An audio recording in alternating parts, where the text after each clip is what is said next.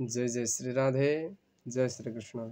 के तपाईहरुलाई थाहा छ हामीले भगवानको चाहिँ मन्दिरमा जान्छौं। भगवानका मन्दिरमा गएर चाहिँ कुन देवी देवताको कति परिक्रमा गर्ने। परिक्रमा भनेको घुम्नु, कुन देवताको हामीले कति पटक घुम्नु पर्दछ त्यो मन्दिरलाई है। सुन्नु है।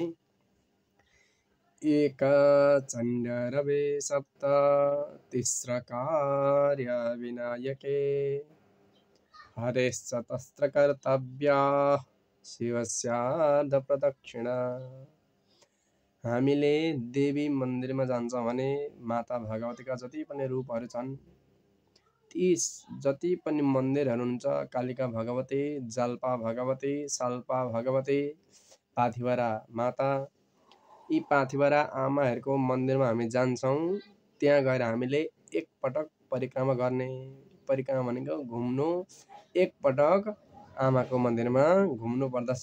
यसै गरेर रवे सप्त भनेको चाहिँ रवि भनेको सूर्य भगवानको हामी मन्दिरमा जान्छौं भने 7 परिक्रमा हामीले गर्नु पर्दछ।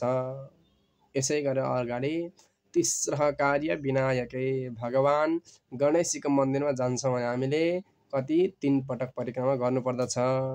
तिस्र कार्य विनायके। कतिको मनमा भनौं पहिलेको एउटा नियम चलिआएको भन्ने पनि हुन्छ। हामीलाई भ्रम छ। त एउटा के भ्रम भन्दाखेरि कुनै पनि देवी देवताको हामीले परिक्रमा गर्छौं भने 3 पटक परिक्रमा गर्नु पर्दछ है। जसको मनमा पनि परिक्रमा भन्ने बित्तिकै के आउँछ भन्दा 3 पटक आउँछ। तर अलग अलग देवी देवताहरूको परिक्रमा अलग अलग हुन्छन्।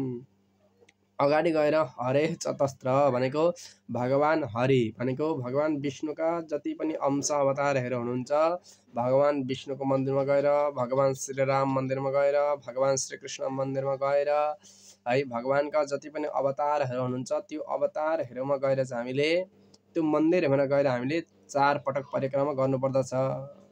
परिक्रमा भन्ने बित्तिकै 3 पटक आउँछ अघि मैले भने। तर अनेक अलग अलग देवी देवताहरूको अलग अलग एउटा परिक्रमा गर्ने विधान छ। यसै कारणले व्यासपीठमा पनि हामी जान्छौं भने त्यो व्यासपीठ भनेको व्यासाय विष्णु रूपाय भगवान विष्णु सरह व्यासपीठलाई मानिन्छ। तसर्थ हामीले व्यासपीठको पनि 4 पटक चाहिँ परिक्रमा गर्नु पर्दछ। अगाडि गएर शिवस्यार्ध प्रदक्षिणा भगवान शिवजीको मन्दिरमा हामी जान्छौं भने भगवान शिवजीको हामीले जम्मा अर्ध परिक्रमा गर्नु पर्दछ। पूरा परिक्रमा गर्न हामीलाई मिल्दैन। किनभने भगवानको जुन जल झर्छ त्यो जल झर्ने भाग हामीले कहिले पनि कट्नु हुँदैन। यसै कारणले कतिजनाले मलाई प्रश्न गर्दै हुनुहुन्छ, सोध्दै हुनुहुन्छ भगवान हनुमानजीको परिक्रमा कति पटक गर्नु पर्दछ। कहीँ कहीँ हामीले शास्त्र सम्मत पाइन्छ भगवान हनुमानजीको परिक्रमाको बारेमा कहीँ कहीँ 7 लेखेको पनि मैले भेटेको छु। तर भगवान हनुमानजीको 3 परिक्रमा गर्यो भने एकदम राम्रो हुन्छ। जय जय श्री राधे श्याम, जय श्री कृष्ण।